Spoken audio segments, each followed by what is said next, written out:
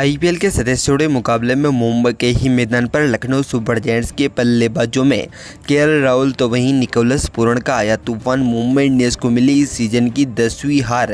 तो वहीं Lucknow super giants की दमदार जीत के बाद आरसीबी तो वहीं चेन्नई सुपर किंग्स को लगा पॉइंट टेबल में बड़ा झटका।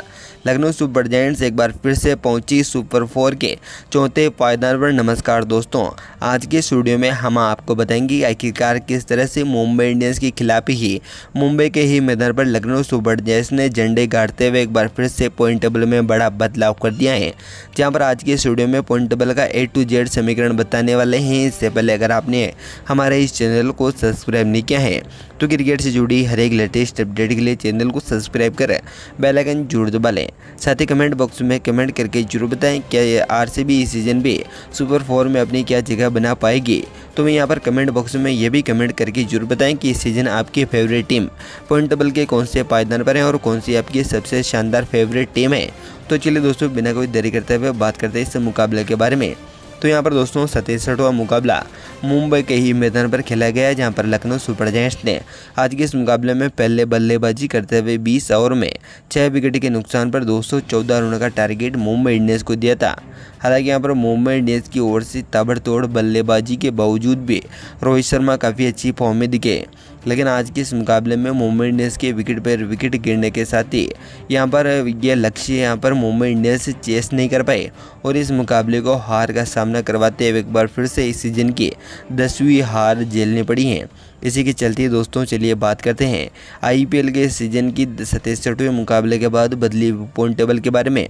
तो यहाँ पर 10वें पायदान पर नाम आता है दोस्तों मुंबई इंडियंस का, जो कि अब तक 14 मुकाबलों में मात्र 4 मुकाबले जीतने और 10 मुकाबले हारने पर उनके पास 8 ही पॉइंट मौजूद हैं। तो उनकी नेट रेट -0.30 की है। 90वें स्थान पर पंजाब किंग्स हैं, जो कि 13 मुकाबलों में 5 जीतने और 8 हारने पर उनके पास 10 पॉइंट हो चुके हैं। तो उनकी नेट रेट -0.34 की है। हालांकि 8वें स्थान पर गुजरात टाइटंस है, जो कि 14 में से 5 जीतने और 7 हारने पर। तो वहीं 2 मुकाबले यहाँ पर उनके टाई रहने पर उनके पास 12 पॉइंट हो चुके हैं। हालांकि उनकी नेट रेट -1.06 की है। 7वें स्थान पर आरसीबी हैं, जो कि 13 मुकाबले खेलने के साथ ही 7 मुकाबलों में हार का सामना करना पड़ा है और 6 मुकाबलों में जीत का, जहाँ पर 12 पॉइंटों के साथ ही उनके पास +0.38 की नेट रेट है।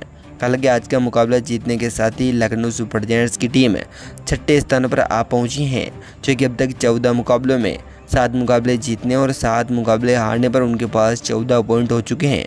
तो उनकी नेट रेट -0.56 की है। हालांकि 5वें स्थान पर दिल्ली कैपिटल्स अपना दबदबा बनाए हुए हैं, जो कि दोस्तों 14 मुकाबलों में 7 मुकाबले जीतने और 7 मुकाबले हारने पर उनके पास 14 पॉइंट हो चुके हैं। हालांकि उनकी नेट रेट -0.37 की है। तो मैं यहाँ पर सुपर 4 में चौथे स्थान पर चेन्नई सुपर किंग्स हैं, जो कि अब तक 13 में से 7 जीतने और 6 हारने पर उनके पास 14 पॉइंट मौजूद हैं। तो उनकी नेट रेट +0.52 की है। हालांकि तीसरे स्थान पर क्वालिफाई होने वाली सनराइजर हैदराबाद मौजूद हैं, जो कि 13 मुकाबलों में 7 मुकाबले जीतने और 5 मुकाबले हारने, तो वहीं एक मुकाबला टाई रहने पर उनके पास 15 पॉइंट मौजूद हैं। तो उनकी नेट रेट +0.40 की है। ऐसे में दूसरी क्वालिफाई होने वाली राजस्थान रॉयल्स 13 मुकाबलों में 8 मुकाबले जीतने और 5 मुकाबले हारने पर उनके पास 16 पॉइंट मौजूद हैं। तो उनकी नेट रेट +0.27 की है। हालांकि पहले स्थान पर क्वालिफाई होने वाली कोलकाता नाइट राइडर्स हैं, जो कि अब तक 13 मुकाबले खेल चुके हैं और उनमें से 9 मुकाबले जीतने और 3 मुकाबले हारने पर, तो वहीं एक मुकाबला टाई रहने पर उनके पास 19 पॉइंट हो चुके हैं। तो उनकी नेट रेट +1.42 की है। ऐसे में कोलकाता, राजस्थान और हैदराबाद की टीमें क्वालिफाई हो चुकी हैं।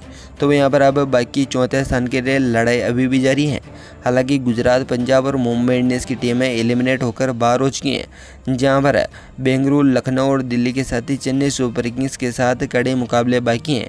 हालांकि दिल्ली और लखनऊ के 14-14 मुकाबले हो चुके हैं, लेकिन चेन्नई सुपर किंग्स और आरसीबी के 13-13 मुकाबले अभी भी बाकी हुए हैं। ऐसे में दोस्तों दोनों ही टीमों के बीच एक और मुकाबला खेलना बाकी है, जहां पर आने वाले इस मुकाबले में चेन्नई सुपर किंग्स ने जीत दर्ज करती है तो यहां पर सीधे क्वालिफाई होगी। तो यहां पर अगर आरसीबी इस मुकाबले को अपने नाम करते हैं तो चेन्नई की और भी मुश्किलें बढ़ने वाली हैं। ऐसे में दोस्तों यहां पर दिल्ली कैपिटल्स से अब तक 14 मुकाबलों के साथ ही 14 पॉइंट बैठी हैं। तो हालांकि यहाँ पर लखनऊ सुपर जायंट्स के भी पास 14 पॉइंट मौजूद हैं, लेकिन दोनों ही टीमों के पास नेट रेट माइनस में। तो यहाँ पर आरसीबी के साथ प्लस में अभी भी उनकी नेट रेट मौजूद है। ऐसे में आने वाला मुकाबला तय करेगा कि आरसीबी यहाँ पर सुपर 4 में शायद अपनी जगह बना पाएगी या फिर नहीं। अपनी कीमती राय हमें कमेंट बॉक्स में कमेंट करके जरूर बताएं। धन्यवाद दोस्तों, वीडियो को अंत तक बनाने के लिए। जय हिंद।